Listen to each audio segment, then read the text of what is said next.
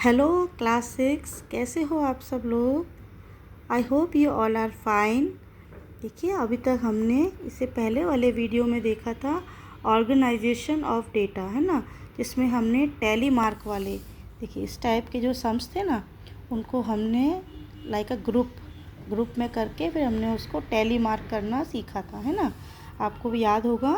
तो आप, अगर आपको नहीं पता हो और आप मेरी ये वीडियो डायरेक्ट देख रहे हो, तो आप प्लेलिस्ट में जा कर के जो पहले वाले वीडियोज़ हैं, प्लेलिस्ट में सारे वीडियो अवेलेबल हैं, तो उसमें से जा कर के आप देख सकते हैं। तो आपको सारा इन्फॉर्मेशन मिल जाएगी प्रीवियस वीडियो की। तो चलो हम एग्जाम्पल 2 की तरफ बढ़ते हैं। Ekta is asked to collect data for size of shoes of students in her class 6। Ekta नाम की एक बच्ची है, क्लास 6 में पढ़ती है। उसको कहा गया है कि वो उसके क्लास के स्टूडेंट्स के जो जूतों का साइज़ है उसका डेटा कलेक्ट करके लाए, उसकी इन्फॉर्मेशन को इकट्ठा करके लाए। ठीक है। तो उसने क्या किया है, उसने इस तरीके की एक जो है एक टेबल में उसने हर बच्चे का जो डेटा है वो उसमें रिकॉर्ड कर लिया है कि किसी बच्चे का नाम का जो शू नंबर है, शू का साइज़ है वो 5 है, किसी का 4 है, किसी का 7 है ना। इस तरीके से उसने सारे बच्चों का कलेक्ट किया हुआ है। ठीक है। अभी हम आगे बढ़ते हैं। देखिए, Javed wanted to know one in the size of shoes worn by the maximum number of students। कि जावेद जो है वो ये जानना चाहता है कि पहली बात तो वो जूतों के साइज़ को वो जानना चाहता है कि उसको सबसे ज़्यादा कौन से नंबर के जो जूते हैं जो सबसे ज़्यादा बच्चे पहनते हैं, है ना। कि एक नंबर होता है ना, एक छोटा होता है, एक बड़ा होता है, एक मीडियम होता है ना। तो उसमें कौन से नंबर का ऐसा नंबर है जिसके जूते बच्चे सबसे ज़्यादा पहनते हैं। दूसरा, the size of shoes Warne by the minimum number of student, वो साइज़ जो सबसे कम जो है वो कम नंबर के बच्चों ने पहना हुआ है, सबसे कम बच्चों ने पहना है वो साइज़ उसे पता करना है। Can you find this information, क्या आप इन्फॉर्मेशन को पता लगा सकते हो। Ekta prepared the table using tally mark. तो एकता ने क्या किया है, एक टेबल बनाई है टैली मार्क की। देखिए, शूज़ के नंबर हैं 4 नंबर 5, 6, 7, 8, है ना। जैसे अभी मैंने आपको पहले जो बताई थी, जो एकता ने बनाई हुई थी, उसके अकॉर्डिंगली अगर हम देखें तो मैं आपको अभी उसके पिछले पेज पे जाके बताती हूँ। देखिए, जैसे इसमें 5 नंबर है ना, तो चलो हम काउंट करते हैं 5 नंबर का जो शूज़ है वो कितने बच्चों को आता है। 1 2 3 4 5 6 7 8, ठीक है, 8 बच्चों को आ रहा है 5 नंबर के शूज़। फिर 4 नंबर का देख लेते हैं। 1 2 3 4 एंड 5, है ना। तो जो 4 नंबर का शूज़ है वो 5 बच्चों को आ रहा है। 7 नंबर का देख लेते हैं। 1 2 3 4 5 6 7, है ना। तो 7 नंबर के जो शूज़ है वो 7 बच्चों को आ रहे हैं। ठीक है। अब 6 नंबर का देख लेते हैं।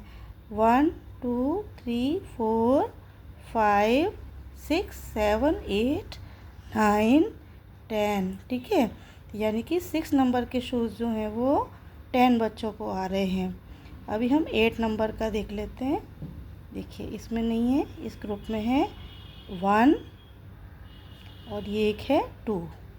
ये 8 नंबर के जूते हैं वो 2 बच्चों को आ रहे हैं। देखा आपने, जो हमने काउंट किया है उसको एकता ने इस तरीके से टैली मार्क में इसको जो टेबल प्रिपेयर करे, 4 नंबर के जो जूते हैं वो 5 स्टूडेंट्स को आ रहे हैं। उन्होंने टैली मार्क में 1 2 3 4 और ये 5, ठीक है। अब 5 नंबर के जो शूज़ हैं वो 8 स्टूडेंट को आ रहे हैं। तो 1 2 3 4 5 6 7 8। फिर 6 नंबर के बच्चे कितने, 10, तो 5 5 का ये ग्रुप बन गया। 7 नंबर के जो शूज़ हैं वो 7 स्टूडेंट को आएंगे। देखिए, 5 और 2, और 8 के तो 2 स्टूडेंट थे, ठीक है। तो इस तरीके से now the question asked earlier could be the answer easily. देखिए इस तरीके से इसके आंसर को, इसके डेटा को फाइंड आउट करना कितना इजी हो गया, ठीक है ना। अभी हम आगे बढ़ते हैं। अब हम एक नई चीज़ सीख रहे हैं, उसको बोलते हैं पिक्टोग्राफ। आपने अगर शायद हो सकता है पहले की क्लास में से पढ़ा होगा। पिक्टोग्राफ का मतलब होता है कि जैसे कोई भी हम ऑब्जेक्ट जिसकी हमें इंफॉर्मेशन निकालनी है, डेटा निकालना है, उसकी जो फ़ोटो है या पिक्चर है उसके थ्रू हमें उसकी जानकारी मिले, ठीक है। जो एक टेबल होगी जो पिक्चर के हिसाब से उसको उसके अंदर से हमें इंफॉर्मेशन मिलेगी। चलो हम इसको डिटेल्स में समझते हैं, ठीक है। A cupboard has 5 compartments. एक अलमारी है जो कि बुक रखने की अलमारी है, उसके अंदर 5 कंपार्टमेंट है, ठीक है। रो 1, रो 2, रो 3, रो 4 और रो 5, ठीक है। अब इसके अंदर अलग अलग तरीके से बुक्स अरेंज की हुई हैं और उनकी डिटेल जो है वो आप टेबल में देख सकते हैं। देखो पहले इसको हमें पढ़ना चाहिए। तो एक जो इसकी पिक्चर बनी हुई है उसका मतलब है 1 बुक। तो यानी कि रो 1 में रखी हुई है 1 2 3 4। रो 1 में 4 बुक्स रखी हुई है, ठीक है। रो 2 में कितनी बुक रखी हुई है 1 2 3 4 5। रो 2 में 5 बुक रखी हुई हैं। रो 3 में कितनी बुक है 1 और 2। रो 4 में 1 2 3 4 5 6 7 8, ठीक है। और रो 5 में 1 2 3 बुक्स इस तरीके से रखी हुई है, ठीक है।